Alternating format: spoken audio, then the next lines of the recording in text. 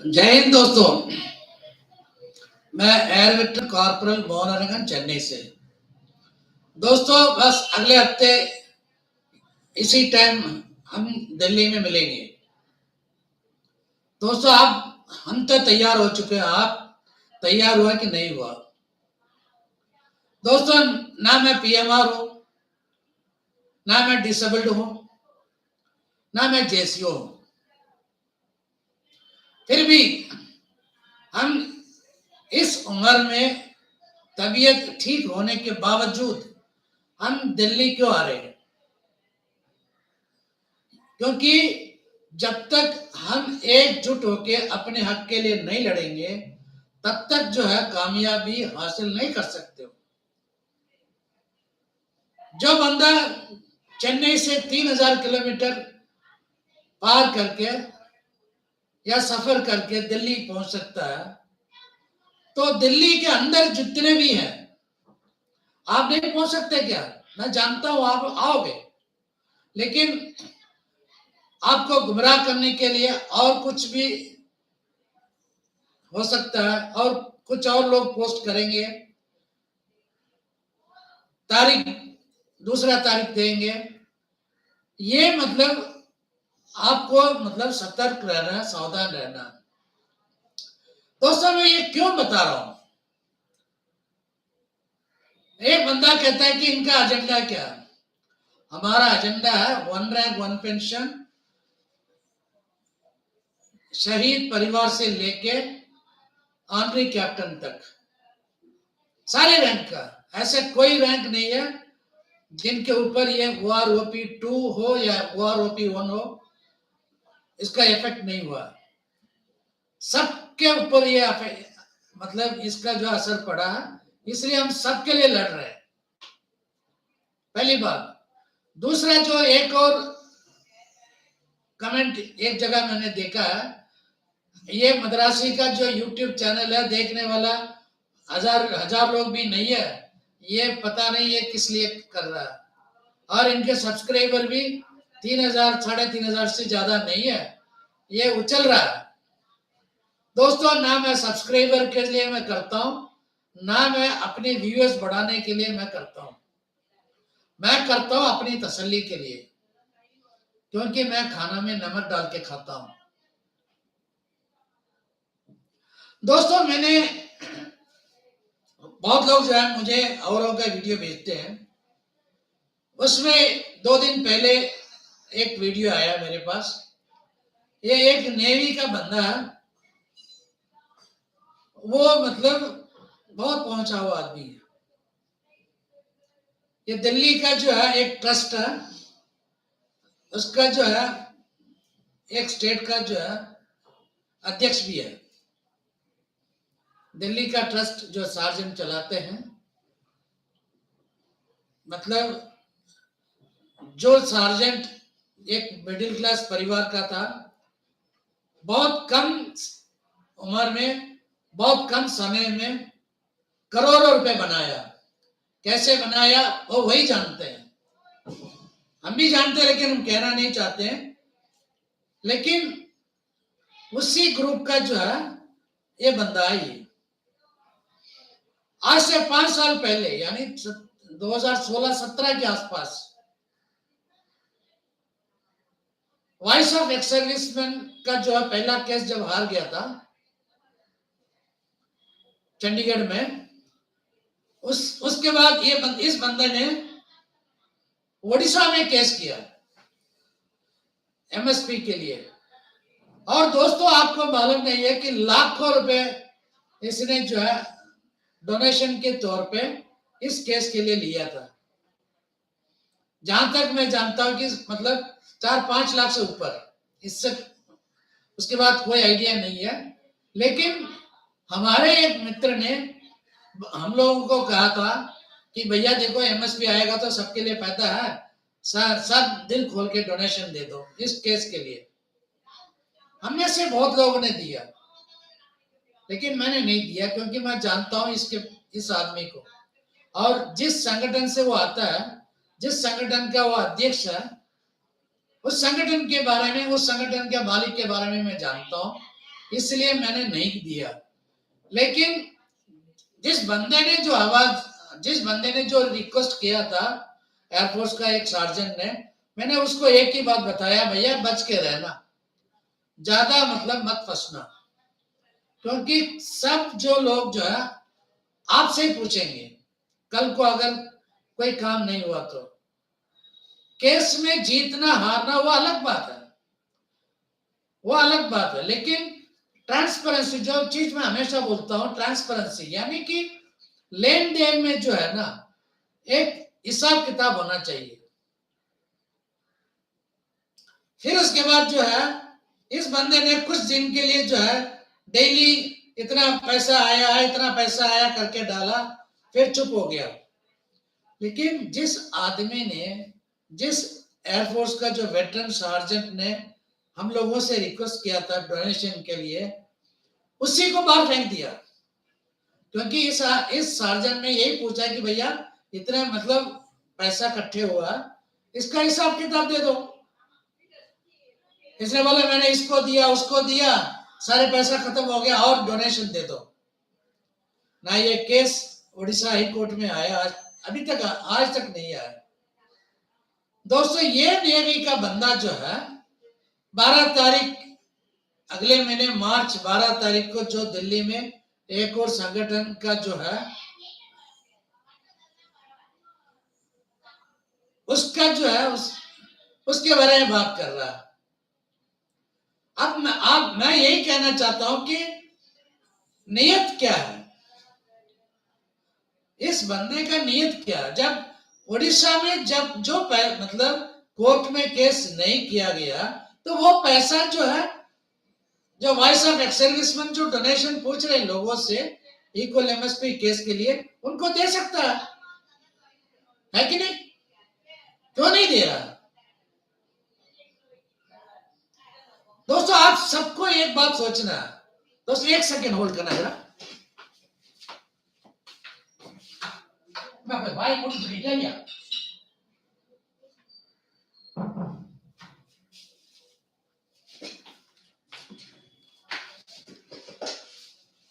ये बंदा जो है इतना पैसा कलेक्ट किया ना, इसको बोलना चाहिए भैया हमने इतना पैसा कलेक्ट, उसी वीडियो में हमने इतना पैसा कलेक्ट किया उड़ीसा में केस करने के लिए और केस फाइल नहीं हुआ या कुछ भी हो, हमारे पास इतना पैसा है, हम इस केस के लिए दे रहे हैं।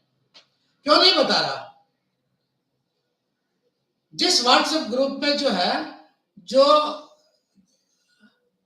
जिन लोगों ने जो डोनेशन दिया उनके लिए अलग ग्रुप और डोनेशन मांगने के लिए अलग ग्रुप, दो दो व्हाट्सएप ग्रुप बना के लोगों को जो है चुना लगा। दोस्तों देखो आप लोगों को है ना कुछ बहुत चीज नहीं मालूम है। हम में से 95% जो है ना बहुत बोले वाले होते हैं। वो मतलब उसी को सच मानता है जो सुनता है, और उसी को सच मानता है जो पैसा दिलाने के बारे में बात करता है। सच्चाई बहुत कड़वी लगती है इनको, सच्चाई बहुत कड़वी लगती है। मैं ये नहीं कह रहा कि मतलब देखो भाई साहब, दोस्तों मैं एक ही बात बता रहा हूं, अगर इक्वल एमएसपी का जो केस जो दिल्ली हाई कोर्ट में है अगर कामयाब होता तो सबके लिए भला है। कामयाब होने से जो है ना सबके लिए भला है। अगर बाई चांस अगर हम हमारे संगठन की ओर से अगर मैं ये केस अगर डाल दिया होता, मैं लोगों से नहीं मांगता डोनेशन, क्योंकि मेरा एक संगठन है। मेरा संगठन में जो है हम तकरीबन 1300 जो मेंबर है, अगर 1300 मेंबर में 1000 मेंबर जो है हर एक से अगर 1000 रुपए अगर हम डोनेशन लेंगे इस केस के लिए, 10 लाख रुपए तो हमारे पास हो ही जाता है। हम क्यों मांगेंगे किसी और से? ये पैसा लोगों से मांगने का मतलब ये है, आप खुद ही समझ लो। हम इससे ज्यादा कुछ बोलना नहीं चाहते हैं। जो भी लोग है ना कहते हैं कि हमारे संगठन में इतना लोग है, किसी और से मांगने की क्या जरूरत है? अभी जो है ना हर एक संगठन में जितने भी लोग है ना उनमें 60% लोगों को वन रैंक वन पेंशन 2 आ रहा है। या डीए बढ़ता है। अगर 2 महीने का डीए जो डोनेशन के तौर पे अगर संगठन वाला देगा ना, कोई भी केस कोई भी संगठन डाल सकता है। हमने क्यों नहीं डाला? इसका वजह है हमारे पास, क्योंकि जब एक बार आप किसी भी चीज के बारे में कोर्ट में डाल दोगे ना, फिर दोबारा उस चीज के बारे में कोई पूछ ही नहीं सकता, कहीं नहीं जा सकते, क्योंकि गवर्नमेंट के पास एक तो मौका मिल गया। जिस तरह जो है OROP 2 के बारे में जब बात निकला था, ये केस कोर्ट में पड़ा है, एक केस कोर्ट में पड़ा है। केस में कौन सा कोर्ट केस पड़ा था? OROP 2 के बारे में कोई केस नहीं था। मेजर जनरल सतबीर सिंह ने जो डाला था वो अलग केस था, लेकिन सरकार ने उसी को जो है बहाना बनाया। और बाकी जो संगठन जो है जितने भी है, ये मेजर जनरल सतबीर सिंह ने कोर्ट में केस किया था, इसीलिए जो है ये हमें जो है OROP 2 2019 में नहीं मिला। इस जरा सा मतलब ये झूठ है, क्योंकि मेजर जनरल सतबीर सिंह ने केस डाला था उन अफसर्स के मतलब के लिए। वो पहला OROP का था ना, कोई रिवीजन का उसमें नाम ही नहीं है। और कोर्ट में केस किया था उसने 2016 में, और 19 में जो रिवीजन है उसका और 16 का केस में क्या संबंध है? लेकिन हम भी मतलब कहते हैं कि ISM की वजह से हमें बहुत फायदा भी मिला, नुकसान भी हुआ। फायदा ये हुआ, मेजर जनरल सतबीर सिंह की वजह से एक अवेयरनेस पैदा हुआ। अवेयरनेस जिसको जागरूक बोलते हैं ना, एक अवेयरनेस पैदा हुआ। JCO जवान संगठन के जो है हमारे बीच में एक दूसरे का पहचान शुरू होने लगा।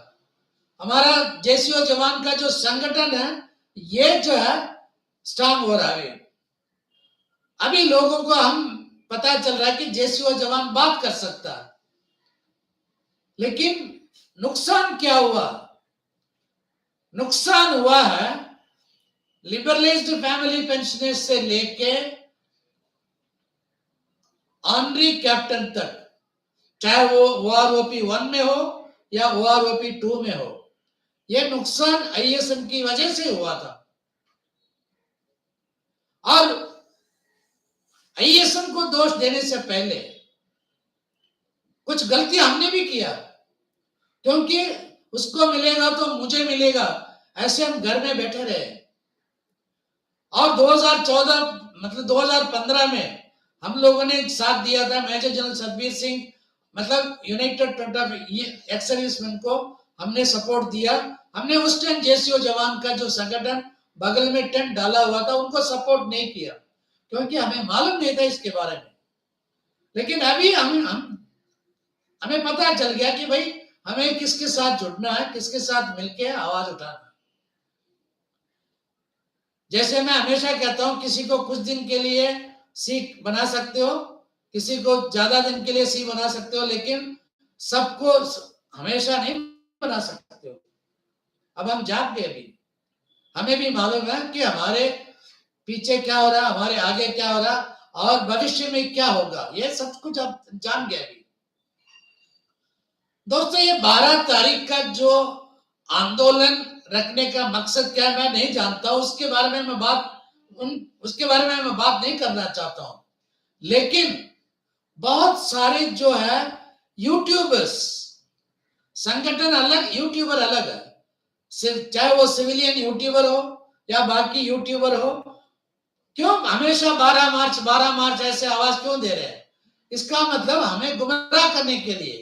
बहुत लोगों के मन में हमें यह लग रहा है कि भाई ये आंदोलन 12 तारीख को या 20 तारीख को।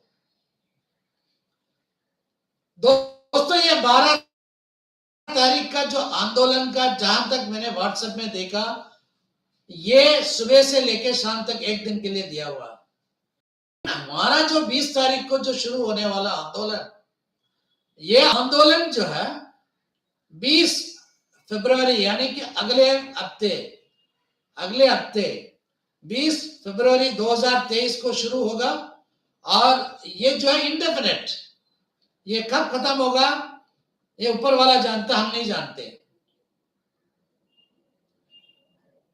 हो सकता है कि 12 मार्च को हम वहीं मिलेंगे, कोई बात नहीं, लेकिन 20 तारीख फरवरी 2023 को सबको पहुंचना जरूरी है।